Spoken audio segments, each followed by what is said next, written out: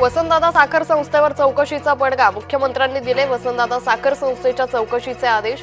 पवार काका पुतणाचा शुगर इन्स्टिट्यूटवर पगडा. फलटण महिला डॉक्टर आत्महत्या प्रकरणी गोपाळ बदने आणि प्रशांत बनकर यांच्यात व्हॉट्सअप कॉल. महिला डॉक्टरच्या आत्महत्येपूर्वी दोघांमध्ये संभाषण. मुख्यमंत्री फडणवीसांचं निमंत्रण बच्चू कडूंनी धुडकावलं. मुंबईत बोलावलेल्या बैठकीला अनुपस्थित राहणार. शतकानुशतकाचं हिंदूंचं स्वप्न पूर्ण झाले. जन्मभूमीवर राम मंदिर पूर्ण झाले. पंतप्रधान मोदींच्या हस्ते 25 नोव्हेंबरला होणार ध्वजारोहण.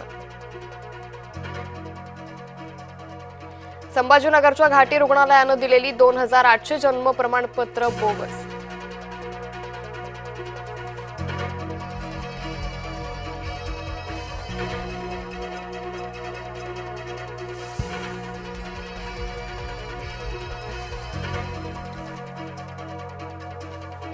संभाजीनगरच्या घाटी रुग्णालयानं दिलेली 2800 जन्म प्रमाणपत्र बोगस. छत्रपती संभाजीनगर मधील बोगस प्रमाणपत्र झाली रद्द.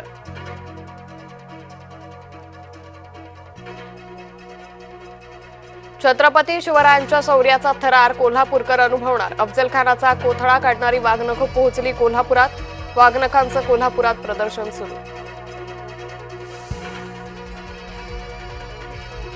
वस्त्रहरणकार गंगाराम गवाणकर यांचं निधन. वयाच्या 86व्या वर्षी घेतला अखेरचा श्वास.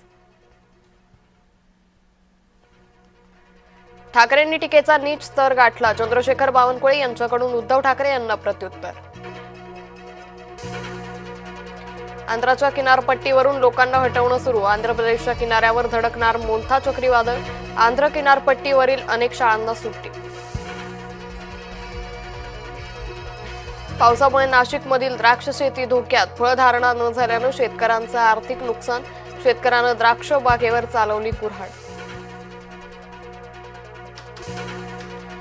अमित शहा यांची तुलना महाअजस्त्र अजगराशी. निर्धार मेळाव्यात उद्धव यांची जीभ घसरली.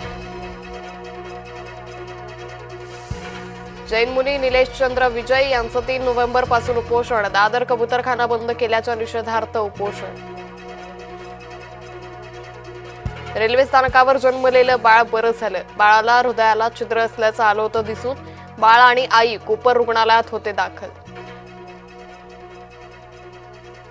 मनसेच्या मोर्चाचा पहिला टीझर आला. मुंबईत मनसेचा 1 नोव्हेंबरला मोर्चा. मोर्चात ठाकरे बंधू पुन्हा एकत्र येणार.